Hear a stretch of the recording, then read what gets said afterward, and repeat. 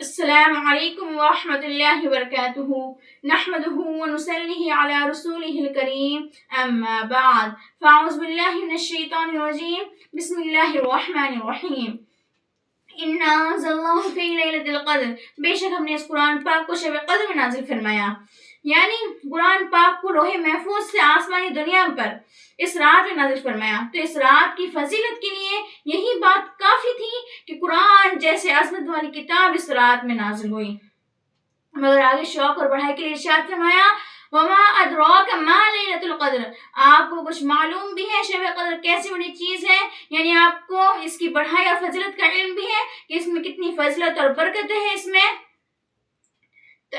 لیلۃ القدر خیر من الف شہر،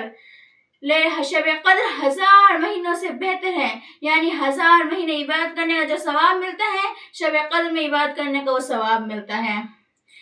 تنزل الملائکۃ، اس رات میں فرشتے اترتے ہیں، اور اللہ راضی رحمۃ اللہ علیہ لکھتے ہیں جب فرشتے نے تجھے ابتدا میں دیکھا، یعنی شروع میں دیکھا، تو تجھ سے نفرت ظاہر کی اور بارگاہ الہی میں عرض کیا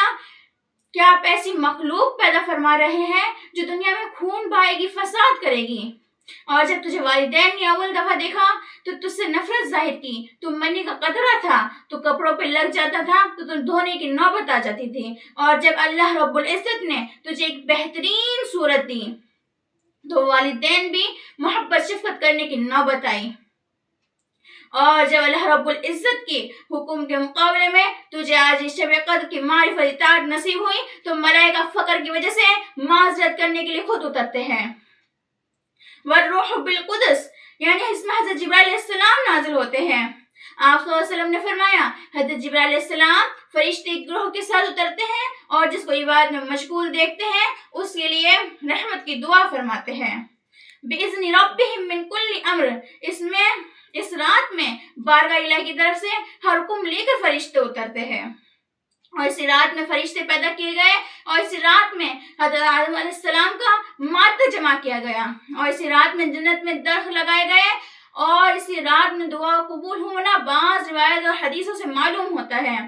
اور در منصور کی ایک روایت ہے اسی رات میں حضرت عیسیٰ علیہ السلام آسمان دنیا پر اٹھائے گئے، اور اسی رات میں بنی اسرائیل کی توبہ قبول ہوئی۔ سلام، یعنی سرپائے سلام ہے، یعنی فرشتے سلام بھیجتے ہیں، اس رات میں مومنین پر بھیجتے رہتے ہیں۔ یا حتی مطلع الفجر، یعنی یہ برکت والی رات، اس رات میں تمام رات طلوع فجر تک اللہ رب العزت کی رحمت بارش کی طرح برستی ہے۔ یہ نہیں کہ رات کا کوئی حصہ مقرر ہو کہ کوئی کسی خاص حصے میں رحمت نازل ہوتی ہے، بلکہ رات سے لے کر طلوع فجر تک اللہ رب العزت کی رحمت برستی رہتی ہے۔ تو سامعین، اس رات کی بہت بڑی فضیلت ہے، تو اللہ رب العزت سے آخری میں دعا ہے اللہ رب العزت ہمیں لیلۃ القدر نصیب فرمائے،